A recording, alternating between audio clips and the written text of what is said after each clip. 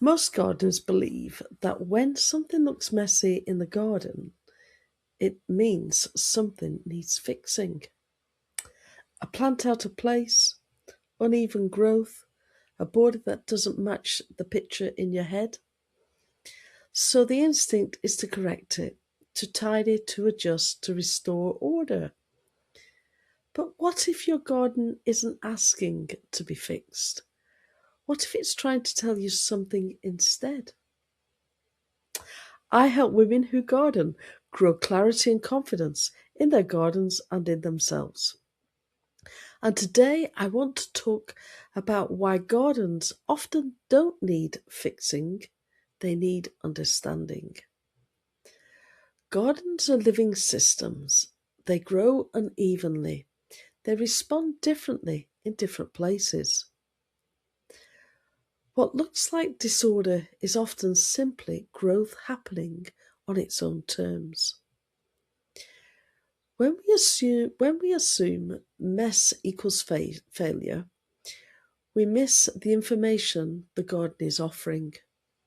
Not everything looks untidy needs correcting. Sorry, should I say not everything that looks untidy needs correcting. A plant leaning one way, a patch growing faster than another. These aren't problems, they're clues. They tell you about light, moisture, shelter, shade, and the soil. And sometimes those clues are more subtle. For many gardeners, moss in a lawn can feel like a problem that needs fixing. I've had many clients over the years who were frustrated by it. In fact, somebody asked me only the other day about the moss in their garden. It can drive people to do drastic measures, reseeding the lawn, or even replacing it entirely. And in my earlier years, I might have given that advice myself. But experience has taught me something different. Moss doesn't appear randomly. It appears because the conditions suit it. There's one garden that I manage, and that illustrates this perfectly. It's a garden that faces south. The lawns sit in a position where the conditions are just ideal for moss.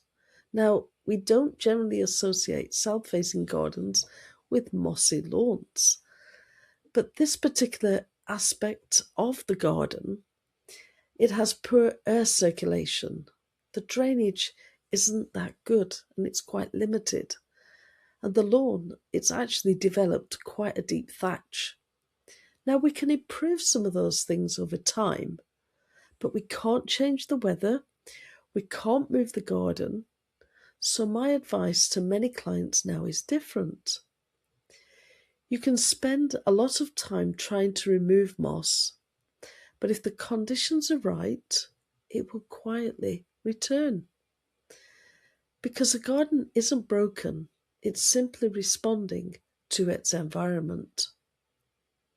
And in many ways, people aren't so different. Sometimes what looks like a problem is simply a response to the conditions we're growing in. When you start to see the garden in this way, something shifts. You stop reacting to every imperfection and you start listening to what the garden is telling you and what it might be telling you instead of that response. Confidence grows when you stop fighting what's there. And it's not because you've lowered your standards. It's because you've raised your understanding. You begin to trust that you can respond when it's needed. And that trust changes how you see both the garden and yourself.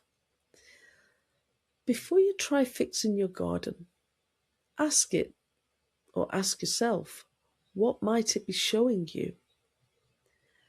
Because very often the garden isn't failing, it's communicating.